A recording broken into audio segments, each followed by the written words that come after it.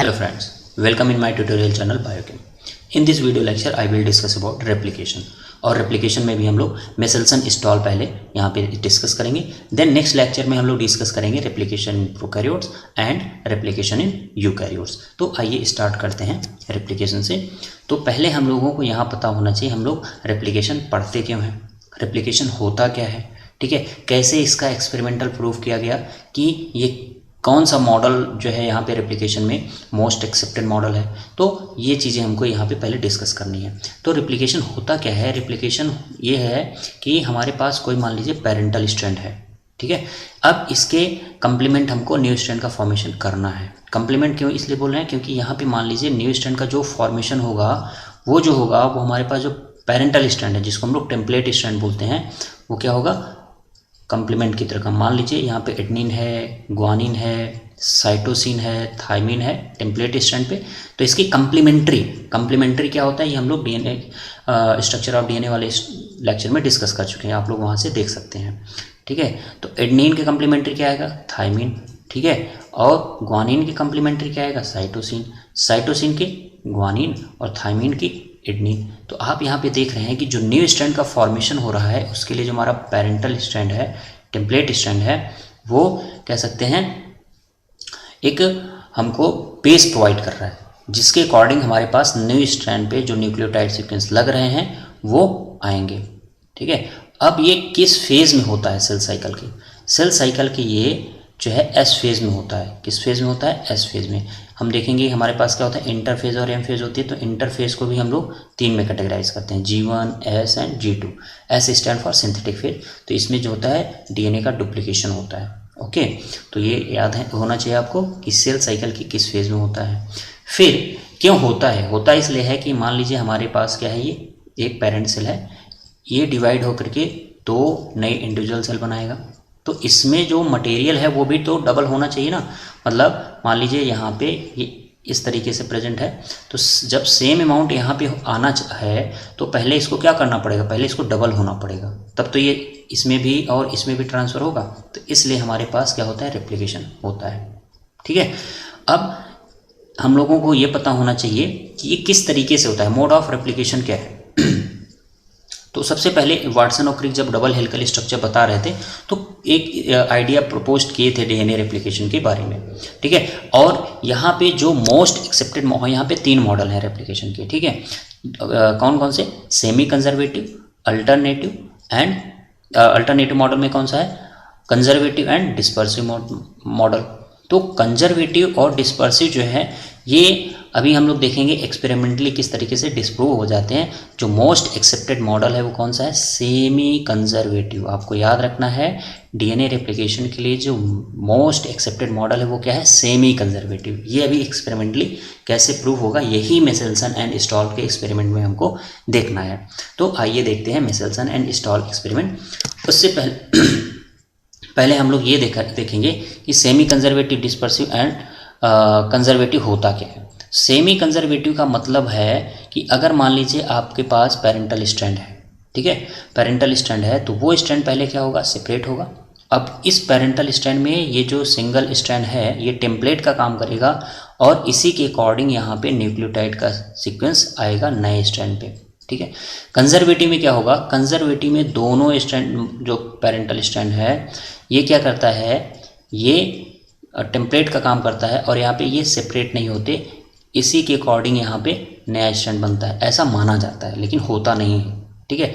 Dispersive में क्या है, डिस्पर्सिव में कुछ फ्रैगमेंट जो है बेस का काम करते हैं जिस पे न्यू स्ट्रैंड का फॉर्मेशन होगा, ठीक है. मतलब ये जो टेम्पलेट स्ट्रैंड है यहाँ पे हम लोग देखेंगे कुछ पार्ट जो है ओरिजिनल या पेरेंटल डीएनए का पार्टिसिपेट कर रहा है, पूरी लेंथ नहीं, पूरी चेन नहीं पार्टिसिपेट कर रही है. तो आप देखेंगे यहाँ पे जो डार्क है यहाँ पे कुछ जगहों पे ये इस तरीके से पार्टिसिपेट कर रहा है और इसको कौन एक्सटेंड कर रहा है, न्यू स्ट्रैंड यहाँ पे आकर के लग रहे हैं. लेकिन ऐसा होता नहीं है जो कि मेसेल्सन एंड स्टॉल के एक्सपेरिमेंट में डिस्प्रूव कर दिया गया था. जो मोस्ट एक्सेप्टेड है वो कौन सा है, सेमी कंजर्वेटिव. तो सेमी कंजर्वेटिव में हम लोग देख रहे हैं कि सेमी क्यों बोलते हैं, हाफ, मतलब हाफ क्या होगा, पेरेंटल होगा और हाफ जो है न्यू होगा, इसीलिए इसको बोलते हैं सेमी कंजर्वेटिव मॉडल, ठीक है. तो आइए अब हम लोग देखते हैं एक्सपेरिमेंट में क्या क्या यूज किया गया था, कौन कौन से साइंटिस्ट किस ऑर्गेनिज्म पे किए थे, पहले यहाँ पे ये पता कर ले हम लोग। तो मेसेल्सन एंड स्टॉल ने ई कोलाई पे क्या किया था, फर्स्ट एक्सपेरिमेंट किया था, ठीक है। और इन्होंने जो मीडियम लिया था वो अमोनियम क्लोराइड लिया था पहले क्या करने के लिए, उसको लेबल करने के लिए, किसको, नाइट्रोजनस बेस को। इसी तरीके से हर्बर्ट टेलर ने वीसिया फावा प्लांट में ये एक्सपेरिमेंट किया था, और इन्होंने जो केमिकल यूज किया था वो क्या किया था, टाइट्रेटेड थाइमिडीन। थाइमिडीन हमें पता है कि नॉर्मल ये स्ट्रक्चर है थाइमिन का, और ये पूरा का पूरा स्ट्रक्चर है थाइमिडीन का, ठीक है। तो इसमें देखेंगे कि जो हमारे पास थाइमिन होती है उसके 5th कार्बन पे मेथिल ग्रुप होता है, तो मेथिल ग्रुप पे वहाँ पे जो हाइड्रोजन है वो कौन सा लिया था, 1s3 लिया था, टाइट्रियम, ठीक है। तो इसीलिए इसको बोलते हैं, पूरे कंपाउंड को क्या बोलते थे, टाइट्रेटेड थाइमिडीन यूज़ किया था। तो आपको याद होना चाहिए मेसेल्सन एंड स्टॉल ने अपने एक्सपेरिमेंट में क्या यूज़ किया था, अमोनियम क्लोराइड यूज़ किया था। अमोनियम वहाँ पे कैसा था, आइसोटॉप था, N14 होता है ना नॉर्मल, लेकिन यहाँ पे जो इन्होंने यूज किया था वो क्या किया था, N15 यूज किया था। तो ये आपको याद रखना है। और हर्बर्ट टेलर ने क्या किया था, ट्राइट्रेटेड थाइमिडीन यूज किया था, और प्लांट क्या था, वीसिया फाबा, याद रहेगा आपको। चलिए अब आइए एक्सपेरिमेंट देखते हैं मेसेल्सन एंड स्टॉल का। तो अब देखिए हमने बताया था कि अमोनियम क्लोराइड यूज किया था ना, ठीक है। इसमें क्या किया कि नॉर्मल जो बैक्टीरिया है इसको ग्रो कराया, ग्रो कराने के बाद तब तक ग्रो कराया जबकि सब बैक्टीरिया में जो जेनेटिक मटेरियल था वो कैसा हो गया, N15 हो गया, तब तक साइंटिस्ट ने इसको ग्रो कराया, ठीक है, इस मीडियम में। अब N15 क्या है, heavy isotope of nitrogen, radio active नहीं, हैवी आइसोटॉप, आपको याद रखना है। फिर अब मान लीजिए आपके पास इस तरीके से स्ट्रैंड मिल गया, N15 का हो गया, एक जो है N14 का हो गया। तो यहाँ पे जो 2 स्ट्रैंड को हम लोग डिस्टिंग्विश करेंगे किसी सैंपल में, वो उसके लिए जो टेक्निक यूज करी थी साइंटिस्ट ने, वो क्या की थी, सेंट्रीफ्यूगेशन टेक्निक। तो आपको याद रखना है जो साइंटिस्ट ने टेक्निक यूज करी थी, सेंट्रीफ्यूगेशन यूज करी थी, लेकिन उसमें, ठीक है, वहाँ पे जो उन्होंने मीडियम लिया था सेंट्रीफ्यूगेशन में वो सीजियम क्लोराइड लिया था, ठीक है। जो सॉल्ट था वहाँ पे क्या था, सीजियम क्लोराइड था। तो अब जो हमारे पास डीएनए का सेपरेशन होगा वो सीजियम क्लोराइड डेंसिटी ग्रेडियंट के बेसिस पे होगा। क्यों यहाँ पे क्यों सीजियम क्लोराइड लिया था सॉल्ट में, क्योंकि इसकी डेंसिटी सीजियम क्लोराइड की डीएनए की डेंसिटी के बराबर होती है, इसलिए इन्होंने अब क्या लिया था, सीजियम क्लोराइड लिया था। देखिए अब कैसे इन्होंने ऑब्जर्व किया, मान लीजिए ये आपके पास टेस्ट ट्यूब है, ठीक है, और ये सीजियम क्लोराइड है। तो मान लीजिए अब यहाँ पे सीजियम क्लोराइड अपनी डेंसिटी के बेसिस पे अलग अलग होगा ना, तो अब यहाँ पे डीएनए के जो स्ट्रैंड होंगे वो भी इसी की डेंसिटी के बेसिस पे सेपरेट हो जाएंगे। क्यों, क्योंकि इनकी डेंसिटी, किसकी, सीजियम क्लोराइड की और डीएनए की डेंसिटी सेम होगी ना, डीएनए स्ट्रैंड की, तो जो जिसके सिमिलर होगा वो वहीं सेपरेट हो जाएगा। जैसे मान लीजिए अब आपके पास ये 14 वाला है, मतलब लेस डेंस है तो ऊपर हो जाएगा। फिर हाइब्रिड है, N14-15 है तो मिडिल में होगा, N15-15 है तो क्या होगा, एकदम बेस में होगा। तो ये जो सेपरेशन हो रहा है वो किसके कारण हो रहा है, सीजियम क्लोराइड डेंसिटी ग्रेडियंट के बेसिस पे हो रहा है। आपको ये चीज़ याद रखनी है कि यहाँ पे जो डीएनए का सेपरेशन होता है वो कैसा होता है, सीजियम क्लोराइड डेंसिटी ग्रेडियंट। जो टेक्निक यूज करी थी वो क्या यूज की थी, सेंट्रीफ्यूगेशन। तो कभी कभी आप आ जाता है the Meselson and stall used centrifugation caesium chloride density gradient method, ठीक है। अब आपको पता चल गया कि इन्होंने बैक्टीरिया को ग्रो कराने के लिए केमिकल कौन सा लिया था, टेक्निक कौन सी यूज़ की थी, ठीक है। अब देखिए स्टेप क्या है, स्टेप ये है कि इसको आइए हम लोग यहाँ पे समझते हैं डायग्राम से। स्टेप ये है कि सबसे पहले इन्होंने क्या किया कि मीडियम में क्या किया, बैक्टीरिया को ग्रो कराया। कब तक, जब तक बैक्टीरिया के अंदर का पूरा डीएनए कैसा नहीं हो गया, N15 वाला नहीं मिला इनको। फिर N15 वाले को अब किस मीडियम में ट्रांसफ़र किया, जहाँ पे नॉर्मल है। ये देखिए जो हमें ये कलर दिखाई दे रहा है ये क्या है, नॉर्मल मीडियम है। अब जब नॉर्मल मीडियम है तो ये जो हमारे पास वो बैक्टीरिया जो पहले हम लोगों साइंटिस्ट ने ग्रो कराया था N15 मीडियम, ये पेरेंट की तरह काम करेगा। तो फर्स्ट जनरेशन में आप देखेंगे कि अगर सेमी कंजर्वेटिव टाइप होगा तो यहाँ पे पहले दोनों स्ट्रैंड अलग अलग होंगे। तो डार्क ब्लू वाला देखिए पेरेंटल स्ट्रैंड था, दोनों अलग हुआ। और यहाँ पे ये जो ब्राउन वाला दिख रहा है आपको, ये क्या है, ये न्यू स्ट्रैंड है, मतलब न्यू मीडियम का स्ट्रैंड है। तो अब यहाँ पे देखेंगे कि हमें कैसा मिल गया, दोनों स्ट्रैंड हमको हाइब्रिड मिल गई, ठीक है। फिर नेक्स्ट जनरेशन, अच्छा एक जनरेशन जो होती है वो 20 मिनट की होती है, ठीक है, एक जनरेशन जो होती है बैक्टीरिया को कितनी होती है 20 मिनट की। फिर जब नेक्स्ट जनरेशन में देखा तो वहाँ पे जो इनको मिला, तो अब ये देखिए अगर ये डीएनए को नेक्स्ट जनरेशन में देखेंगे तो क्या मिलेगा, अगर सेमी कंजर्वेटिव टाइप रेप्लिकेशन होगा तो पहले क्या होगा, पहले इनका सेपरेशन होगा, तो पहले ये 4 स्ट्रैंड बना लीजिए, एक ब्राउन 2 ब्लू 1 ब्राउन बन गए। अब इस पर न्यू स्ट्रैंड का फॉर्मेशन होगा, तो न्यू स्ट्रैंड के लिए मीडियम क्या है, नॉर्मल है, तो नॉर्मल ही स्ट्रैंड लगेगा, ब्राउन वाला ही लगेगा। तो आपको 4 में से 2 कंप्लीटली नॉर्मल मिलेंगे और 2 हाइब्रिड मिलेंगे। तो अगर आपको ये पूछा जाए कि after second generation what will be the percentage of normal and hybrid DNA, तो 50-50%, ठीक है। फिर अगर मान लीजिए आपको थर्ड जनरेशन पूछ लिया जाए, तो थर्ड जनरेशन में भी सेम करिए, ये 4 स्ट्रैंड 4 डबल स्ट्रैंड को अलग अलग करेंगे तो 8 स्ट्रैंड मिल जाएंगे। 8 में से 6 हमारे पास नॉर्मल मिलेंगे, ये देखिए, और 2 कैसा मिलेगा, 2 हाइब्रिड मिलेगा। तो यहाँ पे आप देख रहे हैं कि हर एक जनरेशन में अब कितना है, 2 हमारे पास कैसा होगा, हाइब्रिड होगा, और सारे के सारे नॉर्मल होगा। कब तक, जब तक हम मीडियम में N15 नहीं डालेंगे या कोई मीडियम चेंज नहीं करेंगे तब तक, ठीक है। तो इस तरीके से यहाँ से क्वेश्चंस भी आते हैं कि आफ्टर थर्ड जनरेशन। और एक चीज़, थर्ड जनरेशन बोल दिया ना, अब आपको समझ जाना है 60 मिनट, एक जनरेशन 20 मिनट की होती है, अगर आपको सेकेंड जनरेशन बोल दे तो 40 मिनट हो जाएगा। अगर आपको सिर्फ और सिर्फ टाइम दिया हो कि आफ्टर 40 मिनट क्या होगा, तो आपको घबराना नहीं कि 40 मिनट बाद हमको तो जनरेशन टाइम बताया ही नहीं है। तो अब आपको याद रखना है यहाँ से कि एक जनरेशन टाइम जो होता है वो 20 मिनट का होता है, जब 40 मिनट हो गया तो सेकेंड जनरेशन हो गया, थर्ड जनरेशन के लिए 60 मिनट, एंड इसी तरीके से आप लोग नेक्स्ट जनरेशन काउंट कर सकते हैं। तो आपको यहाँ पे पता चला कि किस तरीके से क्या होता है, हमको लाइट चेन और हाइब्रिड चेन देखने को मिलती है। अब इसको हम लोग एक और डायग्राम से समझ लेते हैं। यहाँ पे देखिए क्या है, बैक्टीरिया का डीएनए है कंप्लीट, 15-15 है दोनों स्ट्रैंड, यहाँ पे सेपरेट हुआ, और नॉर्मल मीडियम में क्या हुआ, हाइब्रिड हो गए। आफ्टर 40 मिनट बाद देखिए यहाँ पे क्या हुआ, हमको 2 नॉर्मल एंड 2 हाइब्रिड मिला। अब इसको कैसे यहाँ पे डिटेक्ट किया गया, सेंट्रीफ्यूगेशन, जो सीजियम क्लोराइड सेंट्रीफ्यूगेशन जो टेक्निक है वो कैसे अप्लाई हुई यहाँ पे, अब उसको यहाँ पे समझते हैं।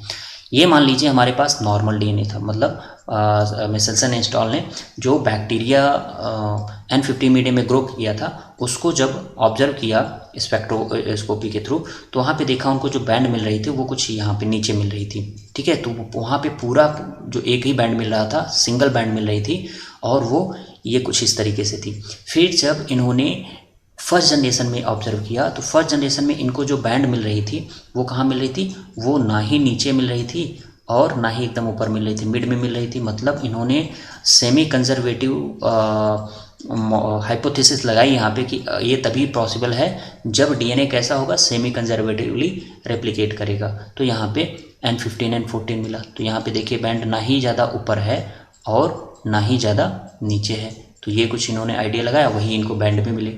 फिर इन्होंने जब सेकेंड जनरेशन के बाद ऑब्जर्व किया, तो अब इन्होंने, इनका जो मानना था कि हमको 2 लाइट चेन मिलनी चाहिए और 2 हाइब्रिड चेन मिलनी चाहिए। मतलब अब लाइट चेन के अलग अलग बैंड नहीं मिलेगी, चाहे जितनी भी लाइट चेन हो। आपको अगर ये पूछा जाए कि after second generation how many band will observe, तो यहाँ पे आप ये नहीं बोलेंगे 4 बैंड में। अगर स्ट्रैंड बोलेगा, पूछेगा, तब आपको 4 स्ट्रैंड बताना है, लेकिन बैंड सिर्फ 2 ही मिलेंगी। क्यों? क्योंकि एक जो है हाइब्रिड डीएनए की बैंड मिलेगी और एक जो है नॉर्मल डीएनए की बैंड मिलेगी। तो आपको यहाँ पे ये चीज़ें याद रखनी है, बैंड से और स्ट्रैंड से कैसे क्वेश्चन आता है। तो अगर आपको पूछ लेगा कि आफ्टर 20 मिनट बाद कितने स्ट्रैंड मिले, तो आपको बताना है 2 स्ट्रैंड मिले, लेकिन दोनों स्ट्रैंड कैसे हैं, सिमिलर है ना, तो बैंड कैसे मिलेगी, सिर्फ एक ही बैंड मिलेगी, ठीक है। और आफ्टर 40 मिनट कितने बैंड मिलेगी, 2 बैंड मिलेगी, लेकिन स्ट्रैंड कितने हैं, स्ट्रैंड हमारे पास 4 हैं। कब? जब हमने एक स्ट्रैंड, डबल स्ट्रैंड लेकर के स्टार्ट किया रेप्लिकेशन, ठीक है। अच्छा, अब आप ये बता सकते हैं कि यहाँ पे बैंड और स्ट्रैंड कैसे हम लोग फाइंड आउट करते हैं, तो आपको ये क्लियर हुआ। फिर जब नेक्स्ट जनरेशन मान लीजिए यहाँ पे 60 मिनट बाद दे देगा, तो 60 मिनट बाद भी कितनी बैंड मिलेगी, वैसा नहीं है कि वहाँ पे बैंड बढ़ जाएगी। बैंड जो है वहाँ पे 2 ही मिलेगी, एक तो कौन सी, नॉर्मल वाली, और एक जो है हाइब्रिड वाली, ठीक है। क्यों? क्योंकि अब जब ये नेक्स्ट जनरेशन में जाएगा, रेप्लिकेट करेगा, तो क्या होगा, 2 ही वहाँ पे हमने बताया ना अभी, सिर्फ वहाँ पे क्या होगा, 2 हाइब्रिड चेन होगी और जितने हो जाएंगे सब क्या हो जाएंगे, नॉर्मल हो जाएंगे। तो आपको ऐसे भी काउंट कर सकते हैं एक बेसिक फार्मूले के थ्रू कि अगर आपको सिर्फ बैंड पूछ ले तो वहाँ पे number, total number of band -2 करके आपको नॉर्मल बैंड मिल जाएगी और हाइब्रिड बैंड हाइब्रिड बैंड तो 2 ही होगा, ठीक है, अगर हमने एक स्टैंड लेकर के स्टार्ट किया है रेप्लिकेशन। तो आपने यहाँ पे देखा कि किस तरीके से बैंड और स्टैंड हम लोग काउंट करते हैं। तो मान लीजिए अगर आपको यहाँ पे बोल दे कि हमने जो है 2 स्टैंड लेकर के रेप्लिकेशन स्टार्ट किया है, तो इसी तरीके से आप ऑब्जर्व कर सकते हैं कि कितनी स्टैंड मिलेंगी। बैंड तो सेम ही मिलेगी, बैंड चाहे आप 100 ले लीजिए चाहे 200 ले लीजिए, बैंड में चेंज नहीं आएगा, आपके स्टैंड में चेंज आएगा, परसेंटेज ऑफ स्टैंड के चेंज आ सकता है, लेकिन बैंड में वही मिलेगा आपको, ठीक है। तो ये चीज़ आपको यहाँ से क्लियर होनी चाहिए। चलिए अब कुछ क्वेश्चंस कर लेते हैं। तो यहाँ पे देखिए आपको पूछ रहा है सेंट्रल डोग्मा के बारे में। तो अब the best depiction of the central dogma of molecular biology. तो आपने पढ़ा है सेंट्रल डोग्मा में कि डीएनए से डीएनए का फॉर्मेशन होता है, देन डीएनए से आरएनए का फॉर्मेशन होता है, देन आरएनए से प्रोटीन। तो यहाँ पे एमआरएनए दिया है तो कंफ्यूज नहीं होना है, एमआरएनए दिया है तो एमआरएनए ही हम लगाएंगे।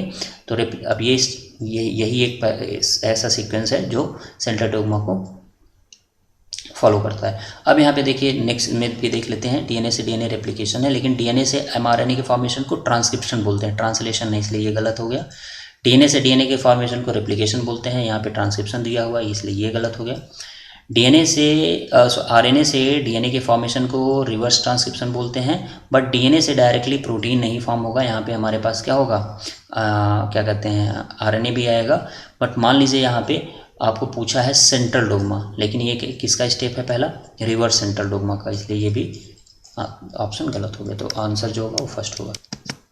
फिर यहाँ पे आपको ये अच्छा क्वेश्चन है, if 50 heavy DNA are replicated 2 time in N14 medium, मतलब नॉर्मल मीडियम, देन ऑप्टेंड। अब आप देखिए अभी जो बताया मैंने वही आ गया यहाँ पे। मान लीजिए यहाँ पे क्या लेके स्टार्ट करते हैं, 50 चेन से स्टार्ट करते हैं, तो यहाँ पे 2 टाइम रेप्लिकेशन हुआ। 2 टाइम रेप्लिकेशन का मतलब 2 जनरेशन हो गई ना। तो यहाँ पे अगर 50 चेन को हम लोग रेप्लिकेट करेंगे तो पहले जनरेशन में 100 चेन मिल जाएगी, और 100 चेन के बाद जब सेकेंड में करेंगे तो 200 मिल जाएगा। अब 200 में हमारे पास 50-50% होता है, तो यहाँ पे 50% जो होगा, अब 50% में भी 50% मतलब 100, ठीक है, 100 तो हमको हाइब्रिड मिल जाएगा और 100 हमको लाइट मिलेगा, ठीक है। तो यहाँ पे अब देखिए आंसर कौन मैच कर रहा है, 100 half heavy and half light and 100 light. तो यहाँ पे देखिए जो 100 स्ट्रैंड मिलेंगे इस तरीके से हाइब्रिड वाले, तो इस 100 में क्या होगा, हाइब्रिड में 100 तो हमारे पास क्या होगा, हैवी वाला होगा, और 100 लाइट वाला होगा हाइब्रिड में से, और 100 हमको कम्प्लीटली लाइट चेन मिल जाएगा, यही है ना। तो ये जो हमारा आंसर होगा वो क्या होगा, फर्स्ट होगा। और नेक्स्ट आंसर ऑप्शन भी देख लेते हैं, 100 हैवी एंड 100 लाइट। तो कम्प्लीटली हैवी तो है नहीं, यहाँ पे हाइब्रिड था, हैवी का मतलब हो जाता है 15-15 वाला, ठीक है। ये तो मान लीजिए, चलो ठीक है, इसलिए ये ऑप्शन गलत हो गया। 50 हैवी एंड 150 लाइट चेन, ठीक है, 50 हैवी नहीं, यहाँ पे क्या होगा कि हमारे पास 100 जो है हाइब्रिड था, तो 100 हमको क्या मिलेगा, 100 हमको हैवी मिलेगा, और 100 हमको हाफ लाइट चेन मिलेंगे। तो यहाँ पे आपको याद रखना है कि कितना आपको मिलना है, नन ऑफ दीज, ये आंसर गलत है। तो यहाँ पे जो ऑप्शन होगा आपका सही, वो क्या होगा, फर्स्ट होगा। तो इस तरीके से आप देख रहे हैं किस तरीके से कि आप कॉन्सेप्ट पढ़ रहे हैं, उससे रिलेटेड क्वेश्चन आए हैं और आप उसको सॉल्व कर सकते हैं। आप इस लिंक को अपने फ्रेंड ग्रुप में शेयर करिए, जिससे ज़्यादा से ज़्यादा लोगों को फ़ायदा हो, और आप लोग इसी तरीके से चैनल देखते रहिए। Thank you.